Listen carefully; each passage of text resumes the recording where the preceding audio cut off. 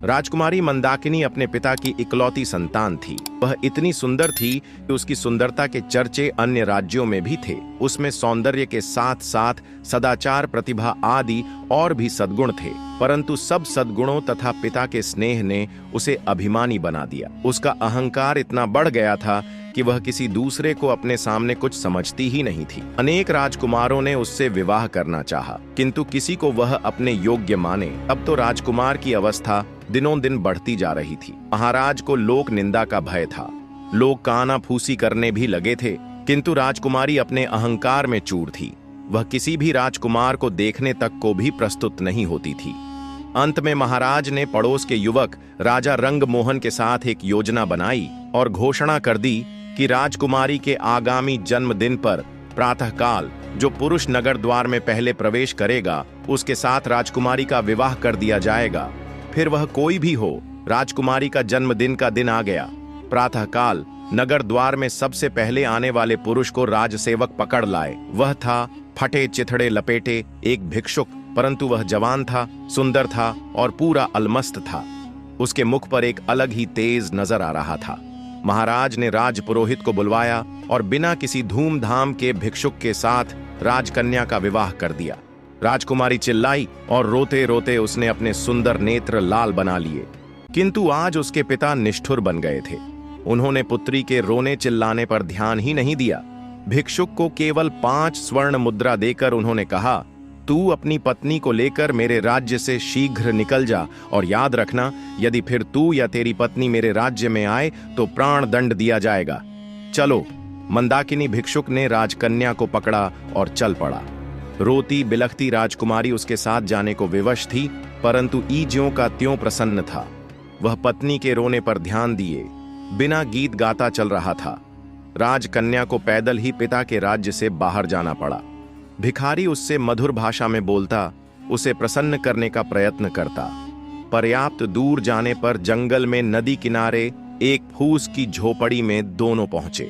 भिखारी ने कहा, अब यही तुम्हारा घर है। तुम्हें स्वयं अब जंगल के पत्ते और लकड़ियां लानी पड़ेगी। कंदमूल जो कुछ मिलेगा उसे उबाल कर खाना पड़ेगा। पास के गांव में लकड़ियां बेचने जाना होगा। मैं भी जितना बन सकेगा तुम्हारी सहायता करूंगा।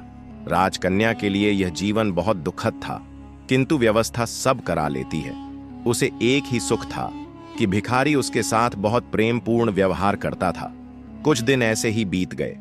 फिर एक दिन भिखारी ने झोपड़ी छोड़ दी और मंदाकिनी को लेकर वह एक गांव में आया। वहां वे दोनों एक खंडहर जैसे घर में रहने लगे। भिखारी कहीं से कुछ पैसे ले आया और उससे उसने मिट्टी के बर्तन खरीदे। पत्नी से कहा, इन बर्तनों को बाजार में ले जाकर बेच आओ। किसी समय जो राजकन्या थी उसके लिए सिर पर बर्तन उठाकर बाजार में जाना बड़ा कठिन काम था, किंतु मरती क्या करती, उसे जाना पड़ा। भिखारी ने उसे स्पष्ट कह दिया कि यदि उसकी आज्ञा का पालन न करना हो तो वह मंदाकिनी को छोड़कर चला जाएगा। बेचारी मंदाकिनी बर्तन सिर पर उठाकर बाजार गई। उसे बर्तन बेचना तो आता नहीं था, दूसरों से नम्र व्यवहार करना भी नहीं आता था। बाजार में बर्तन रखकर वह उनके पास खड़ी रही, क्योंकि जमीन पर बैठना उसे बहुत बुरा लग रहा था। उसे कुछ ही देर वहां खड़े हुई थी कि एक घुड़सवार युवक बाजार में आया। उसने मंदाकिनी से बर्तनों के दाम पूछे। मंदाकिनी ने रूखे स्वर में दाम बताए तो घुड़सवार लौट पड़ा। मोड़ते समय उसका घोड़ा भड़क उठा। फलत घोड़े के पैरों की ठोकर से सब बर्तन फूट गए। घुड़सवार बिना कोई ध्यान दिए वहां से चला गया। अब मंदाकिनी को तो खून नहीं, बेचारी रोती हुई घर लौटी। भिखारी आते ही क्रोधित होगा। ये बात सोच सोच कर उसके प्राण सूखे जा रहे थे। भिखारी आया तो देखा रो रो कर मंदाकिनी की आंखें सूज गई थीं। वह कुछ नहीं बोला, परंतु दूसरे दिन कहा, मंदाकिनी तुम्हें कुछ नहीं आता, मिट्टी के सभी बर्तन टूट गए, अब हम दोनों का निर्वाह कैसे होगा? एक उपाय है, नगर में चलते हैं। सुना है राजा रंगमोहन बहुत दयालु है, उसकी पाकशाला में तुम्हें कोई नौकरी दिलवाने का प्रयत्न करूंगा। तुम्हें काम मिल जाए तो तुम्हारी ओर से निश्चिंत होकर मैं भी कहीं अच्छे पैसे वाला ढंग का काम ढूंढ लूंगा। कुछ धन एकत्र हो जाने पर कोई व्यापार कर लूंगा और तब तुम्हें भी अपने पास बुला लूंगा। राजा रंगमोहन का नाम सुनकर मंदाकिनी ने लंबी सांस ली। एक समय इस नरेश ने उससे विवाह करने का प्रस्ताव किया था। आज वह राजरानी होती, किंतु हाय रे, यह घमंड आज उसी राजभवन में वह दासी बनने जा रही है। जाने के अतिरिक्त कोई दूसरा रास्ता नहीं था। मंदाकिनी नगर में गई और राजा की पाकशाला में उसे नौकरी मिल गई। भिखारी उससे विदा होकर कहीं चला गया। मंदाकिनी का गर्व नष्ट हो गया था, उसका स्वभाव बदल गया था।